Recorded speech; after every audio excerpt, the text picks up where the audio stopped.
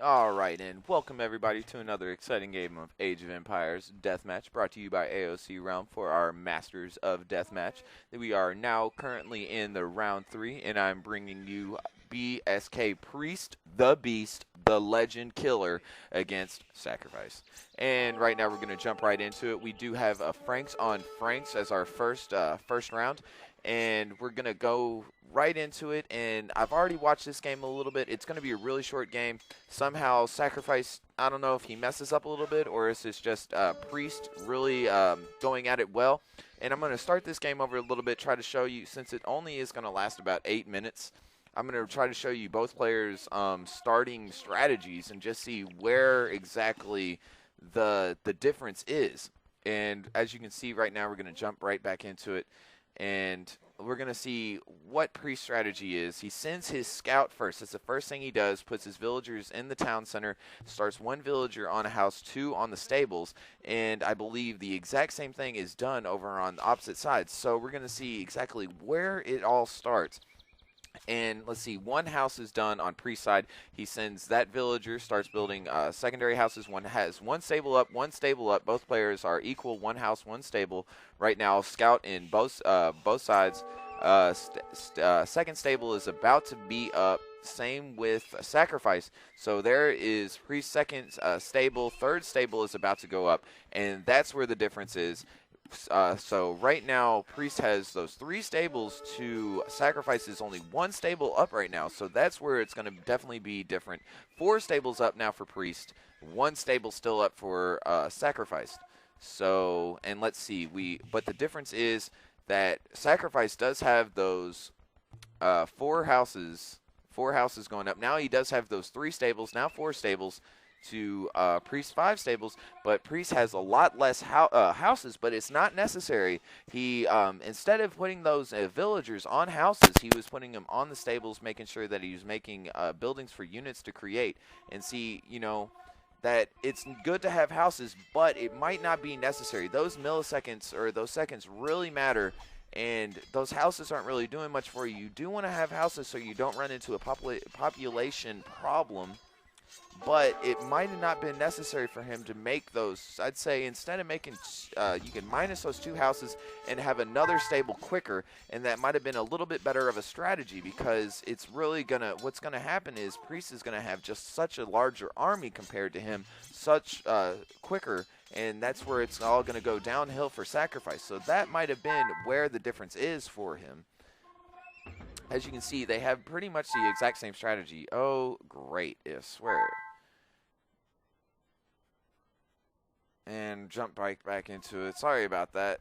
Yeah, where were we? So let's start over. And golly. That's Priest actually PMing me right now. So he's ruining his own cast. So, oh well though. We're going to jump into it, and let's see exactly what SaCriFiCe is going to be doing. We're just going to speed it up right now. I'd say one of the big things is that Priest the Beast's scout was pretty effective killing a villager, but I do believe that SaCriFiCe had the exact same luck with his scout. So overall, it was, I believe, the difference in this game was that SaCriFiCe, instead of creating those stables faster and getting as many stables up as Priest, he put his villager on houses. And we'll jump over to SaCriFiCe's side, and even though he has those extra houses up, he's still running into population problems, and Priest is not. It's just, I've been trying to watch this game a couple of different times, and I just don't understand exactly how this could happen. And see, there you are, GG's within the first 5 minutes. Game is over. So Priest really doing a reckoning right there onto SaCriFiCe. And rest of the games I don't think are going to be this easy for Priest. But wow, what a game there. And I recommend everybody to download this game and really try to see and try to critique it and see what the difference is. I really want to know what everybody's thought is on this game. I don't know if SaCriFiCe just wasn't playing his A game right there, but I really think it was just the difference in the houses. That's should have put instead of building so many houses right off the bat, he should have put a little more on the stables so he was able to create those military units. All right, well, we're gonna jump into the next game. All right, and now we are in our next game. where we have Priest the Beast against SaCriFiCe, which I do believe is XX Bass. And we have an early market strategy coming from Priest. And I was talking to him a little bit earlier about the game that was happening.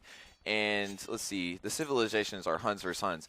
And Priest told me that the reason he marketed so early is that he knows that Bass is a market player, and there is the market going up from SaCriFiCe. So he did that market just to counter SaCriFiCe's market. The best strategy, we actually have a thread in the forums about talking about the differences in the market strategy, and I personally think that the best strategy against the market is to get the market first. If you know your opponent is going to market, you should just attempt to get it as fast as possible. So we're going to start that over and try to look exactly what Priest is doing. Really going to go at these games you know, as much as we can, because I really think this was a really good matchup. Both players, really skilled players, but for some reason, Priest was just able to throw SaCriFiCe off his game. So as you can see, he's really starting that market extremely early, making sure that he gets it, making sure he gets that extra gold. Both players sending their scouts in, and that is overall the layout of Priest's game. And we're going to jump over to SaCriFiCe's, start it over, and watch exactly what he's going to do. And SaCriFiCe is in the blue, obviously, so he's going to put one on each villager on stable, have that market laid out so his villager jumps right into it after creating that stable. And the difference also is Priest is the type of player where he's going to send his scout. The first thing he does, he sends that scouts in.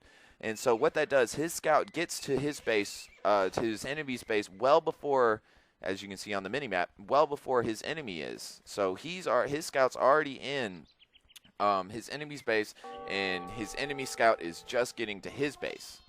And SaCriFiCe sees that market's up. He should already stop marketing. He should already cancel that market and put that villager on something else. But I don't know exactly if he did that or not. And I got the view lock on, and he just left it. For some reason, he left his view inside of his enemy's base, costing him seconds. And let's see what else is going on. Obviously, the strategy to the Huns, you're going to make your stables, you're going to make your barracks, you're going to make your archery ranges. And there he has his market going up, seeing that it's no use, deleted it instantly, and I'm sure he was pretty pissed off about that. But he is sending quite a bit of a rush to, or actually, this is Priest. No, the colors are wrong. There we go. Alrighty. For some reason, the score was, colors were wrong, but oh well. And let's see, where was I? And now we have our barracks and our archery ranges and our stables all up for SaCriFiCe right now. He's sending a little bit of a rush trying to get Priest the Beast off of his heel, get him on his heels, trying to get a little bit of an attack going. Now he knows that his enemy has marketed, so he's going to have to play a little bit of a defensive, knowing that Priest is going to be coming with a very large, very expensive army. So he's going to have to town center it up quickly, be collecting gold very quickly, exactly what he's doing. Priest is possibly not going to have to build town centers as quickly, has his siege workshops up, going to start creating those rams. And we all know that rams are very important inside the Huns game, using them as targets and distractions for your enemy's army.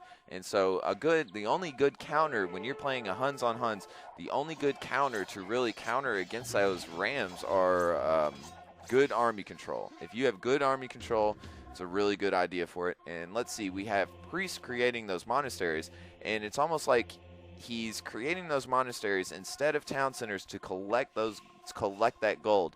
And sometimes it pays off a little more, because relics will never run out of giving you gold. They're always going to give you one piece of gold for every about second. So if you collect all 5, you're getting 5 pieces of gold for every second.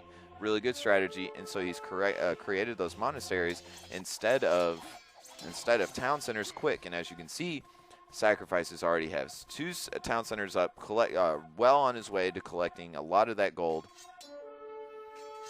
And let's see, SaCriFiCe already has quite a bit of an army. I swear, if I get another message from people freaking messaging me on this goddamn thing, I'm going to kill myself. if you sit in the lobby in this goddamn game, everybody just sends you games. Oh, come to my game. Come to my game. I get sick and tired of it. I'm going to turn it off and ignore everybody. But here we go. Quite a large army coming from Priest. Quite an even army coming from SaCriFiCe. He does have those rams, but it's really not going to do much damage. Oh, we have a lot of rams coming from Priest right now, and we did just hit a population cap right now from Priest, and we the same over on SaCriFiCe's side. Lots of town centers going up, lots of expansion going up. And there we have just a slight hill advantage is really going to help for those archery units on Priest's side. They have those rams going in, taking a little bit of damage. And exactly what I was saying. They're kind of a thing for units to attack while being attacked. So if your enemy's units are attacking those rams and your units are there attacking his units, you are going to come out well ahead. It's a really good strategy. Something that was born more so in the Age of Empires days, not the Age of Kings days. Really didn't see that much in AOK on the zone. Jesus Christ! I can't believe how much distraction I'm coming with this goddamn Nubly or whatever. It's ridiculous. I'm going to start getting so frustrated with that. If it happens one more time.